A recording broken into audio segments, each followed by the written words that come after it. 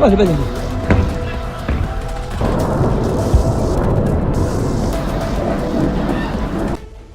পর এক শক্তিশালী মিসাইল হামলা করে যুক্তরাষ্ট্র ও ইসরায়েলের রাতের ঘুম হারাম করে দিচ্ছে ইরান। প্রতিটি রাতেই ইরানের বিপ্লবী গার্ড বাহিনী ইসরায়েলে মিসাইল হামলা চালাচ্ছে। এবার একসাথে আরব আমিরাত, কুয়েত এবং বাহরাইন এই তিন দেশের মার্কিন ঘাঁটিতে হামলা চালিয়েছে ইরান।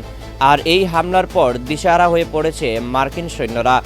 এসব মার্কিন ঘাঁটিতে হামলার পাশাপাশি ইসরায়েলের দিকে 30টি শক্তিশালী ব্যালিস্টিক ক্ষেপণাস্ত্র নিক্ষেপ করেছে ইরান। আর এগুলোর ওজন সবগুলো 1 টনের উপরে বলে জানিয়েছেন ইরানের IRGC। এই হামলার পর ইসরায়েলের গুরুত্বপূর্ণ এয়ারোস্পেস ব্যবস্থা সম্পূর্ণ ধ্বংস হয়ে গেছে।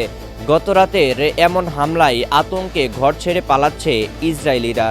ইরান এখন শুধু ইসরায়েলেই হামলা করছে না, তারা 3 দেশের মার্কিন সেনাদের উপরেই ব্যাপক হামলা চালিয়েছে।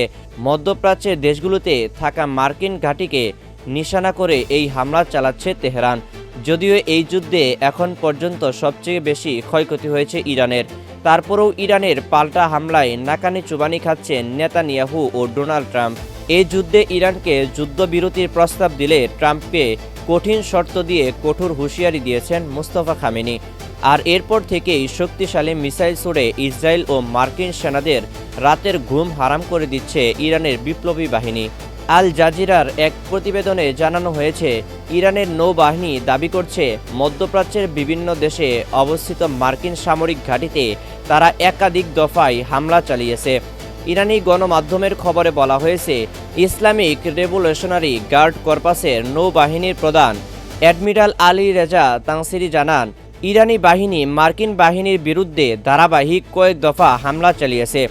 এই হামলার ফলে যুক্তরাষ্ট্রের পেট্রিয়ট রাডার ব্যবস্থা, যুদ্ধবিমান এবং বিমানের জ্বালানি মজুত রাখার ট্যাঙ্ক ধ্বংসস্তূপে পরিণত হয়েছে বলে জানা গেছে। এদিকে ইরানের সাথে ট্রাম্প যখন কোনোভাবে পেরে উঠছে না, ঠিক সেই মুহূর্তে যুদ্ধে অংশ নিতে 2500 মার্কিন স্থলসেনা পাঠাচ্ছে যুক্তরাষ্ট্র। তবে এসব স্থলসেনাদের নিয়েও কঠোর হুঁশিয়ারি দিয়েছেন ইরান। এই যুদ্ধে যুক্তরাষ্ট্র ও ইসরায়েলকে চরম মূল্য দিতে হবে বলে জানিয়েছেন ইরানের মুস্তফা খামেনি। আপনারা দেখছেন নিউজ বাংলা 20। দেখা হচ্ছে পরবর্তী কোনো নতুন ভিডিওতে।